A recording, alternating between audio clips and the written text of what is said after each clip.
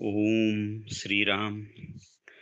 सर्व श्रोत्यांना हृदयापासून प्रेमपूर्वक नमस्कार. श्रोते हो, आपण स्वामी विद्यानंद यांच्या भावार्थ रामायण संक्षिप्त या ग्रंथाच्या आधारे निर्माण झालेल्या मला भावलेले भावार्थ रामायण अर्थात आत्मपरायण या ग्रंथाची सिरीज आपण पाहत आहोत. आज बालकांडातील 11वा अध्यायामधील उर्वरित भाग आपण पाहणार आहोत. वशिष्ठ उवाच. श्री वशिष्ठ मुनी प्रभू श्रीरामांशी संवाद साधतात. असाच साधकाशीही त्याचे सद्गुरू संवाद साधतात व ते बोध करतात तो असा की देहाला अमंगळ असे म्हणतात, परंतु तो देहच आत्मप्राप्तीसाठी साधन आहे, दुसरे साधनच नाही. व हा देह शुद्ध आणि अशुद्ध असे मिश्रण आहे, परंतु युक्तीने त्याला साधनेकडे वळवावे. देहामध्ये विकार वासना सततच असतात, परंतु विवेक युक्तीने ज्ञानवृत्ती नित्य जपावी व श्री सद्गुरु स्मरणाने मनोजय साधून घ्यावा.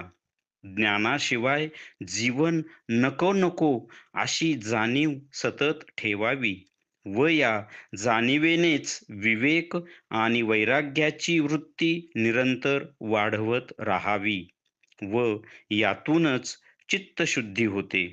आणि हे सर्व सद्गुरु कुर्मदृष्टीने करवून घेत असतो. ही त्याची कृती अभिनव अशी असते. ज्यांना गृह सूत दारा व प्रपंच यांची आसक्ती असते त्यांना कसे बरे ब्रह्मज्ञान व्हावे. परंतु सत्संगाने गुरुकृपेने ही आसक्ती जाते व त्या शिष्याच्या ठिकाणी द्रष्टेपण येते. दृश्य आणि द्रष्टा यांचा निराश होतो. उच्च नीचपण संपून जाते.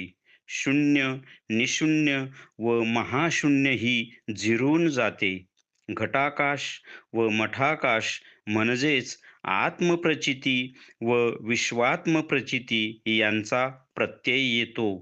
शब्द स्पर्श रूप रस गंध या पंचतन्मात्रांचा म्हणजेच प्रपंचाचा त्रास होत नाही, त्यांचा मोह राहत नाही, तर उलट ते सर्व उदात्त होतात, बदलून जातात व साधकाला परमशांती देतात. ही शांती म्हणजेच विमुक्त अशी ब्रह्मस्थिती होय.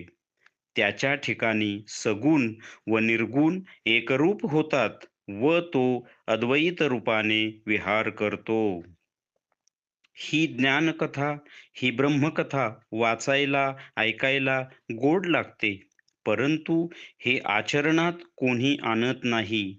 आचरणात आणणारे फार थोडे, क्वचित एखादाच असे असतात आणि फक्त त्यांनाच हा आनंद, हा ब्रह्मलाभ मिळतो. पुढे सद्गुरू सांगतात की इच्छा आणि त्याग ह्या विलक्षण गोष्टी आहेत. भोगवासनांची इच्छा आहे आणि त्यांचा त्यागही करावयाचा आहे, तर हे कसे काय करावे?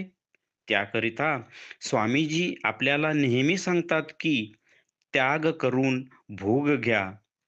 म्हणजेच उपनिषद सांगते की तेन त्यक्तेन भुंजिताः, म्हणजे आसक्ती न ठेवता त्याचा उपभोग घ्या.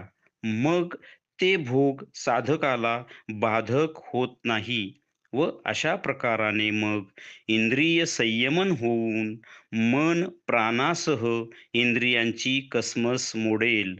आणि जे ही रामकथा, ही ब्रह्मकथा, ही आत्मकथा लक्ष देऊन ऐकत नाहीत, म्हणजेच या कथेकडे ज्ञानदृष्टीने पाहत नाहीत व आत्मीयतेने ऐकत नाहीत, त्यांचा जीवात्मा उन्नत होणार नाही, त्यांचा उद्धार होणार नाही.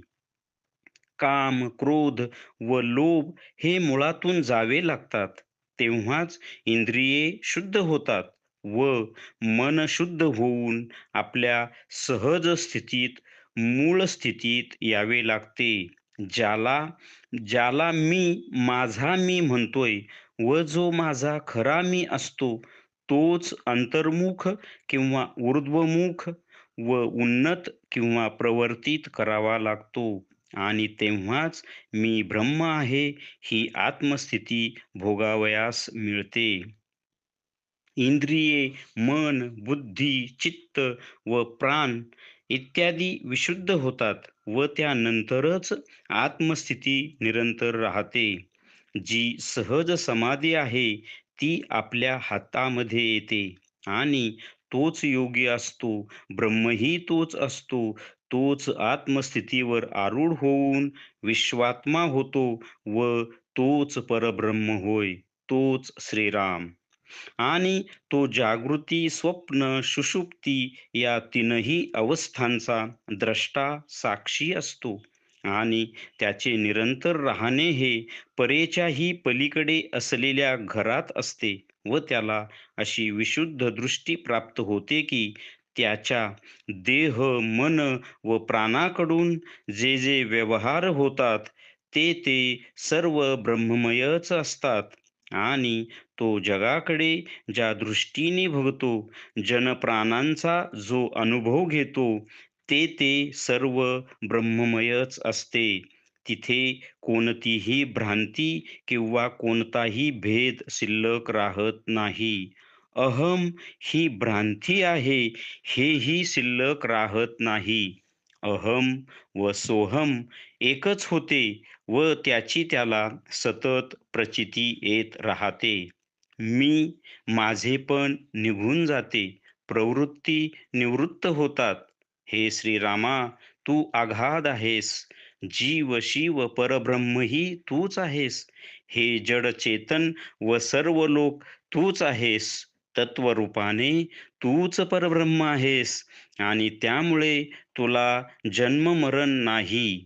तुझी नित्य वस्ती त्या परमानंदात असते व अगाध शांती हेच तुझे रूप आहे. तू जीवनमुक्त आहेस. आत्मारामही तूच आहेस. तू पूर्ण परमात्मा आहेस व अवतारही तूच आहेस. या भागाचे सार म्हटले तर काय बोलावे? हा अध्याय म्हणजे अध्यात्माचे संपूर्ण असे सार आहे. इथे देह हा अमंगळ म्हटले आहे, परंतु ईश्वर प्राप्तीसाठी तेच एकमेव साधन आहे. मग या देहाकडूनच आपण साधना करून घेऊन युक्तीने त्याला ज्ञानवृत्ती निर्माण करावी, सद्गुरूंचं स्मरण करावं व साधनेत रत राहावं. सद्गुरूंची कृपा जेव्हा होते, तेव्हाच या सर्व गोष्टी साधकाला मिळत असतात. माझे परात्पर सद्गुरू स्वामी स्वरूपानंद म्हणतात, की गुरु कृपेविन नाही आत्मज्ञान, वावगा तो सीन साधनांचा. म्हणून या सर्व गोष्टीमध्ये गुरुकृपा ही फार महत्वाची आहे. आपण साधना तर करायचीच, परंतु गुरुकृपा प्राप्त झाली पाहिजे. मग साधना जर गुरुने सांगितल्या पद्धतीने आपल्याकडून होत गेली, तर गुरूंची कृपा आपोआपच होते. ती मिळवावी किंवा मागावी लागत नाही. हळू आपण गुरूंच्या कृपेने या भागामध्ये ज्या अवस्था सांगितलेल्या आहेत, म्हणजे ब्रह्म अवस्था, आत्मस्थिती, परब्रह्म अवस्था, सहज समाधी. सहज समाधी ही शेवटची सुंदर अशी अवस्था आहे. तीही साधकाला या पद्धतीने प्राप्त होऊ शकते. मात्र साधकाने या अध्यायात ज्या ज्या गोष्टी सांगितल्या आहेत, त्या पद्धतीने जीवन जगले पाहिजे आणि या सर्व गोष्टींची प्रचिती घेतली पाहिजे. इथे शास्त्र प्रचिती, गुरु प्रचिती व आत्मप्रचिती या 3 प्रचित्या सांगितल्या आहेत. शास्त्र प्रचिती म्हणजे हे आध्यात्मिक ज्ञानग्रंथ वाचून आपण ते ज्ञान समजून जाणीवेत घेतले पाहिजे व त्याची प्रचिती घेतली पाहिजे. त्याला शास्त्र प्रचिती म्हणतात. व गुरूंनी जी साधना दिली आहे, त्यानुसार साधना करून गुरूंची कृपा प्राप्त करून दिव्य असे उच्च स्तरावरील अनुभव घेतले पाहिजेत. त्याला गुरुप्रचिती असे म्हणतात. व शेवटी या ज्या अवस्था सांगितलेल्या आहेत, म्हणजे आत्मावस्था, ब्रह्मस्थिती, परब्रह्मस्थिती, सहज समाधी, हे या सर्व म्हणजे आत्मप्रचिती होय. आपण सर्वजण अशाच पद्धतीने साधना करून या तीनही प्रचित्या प्राप्त करून घेऊया. या 11व्या अध्यायातील उर्वरित भाग आपण पुढील भागामध्ये पाहूया. श्रीरामार्पणमस्तु. हरि ओम तत्सत ब्रह्मार्पणमस्तु.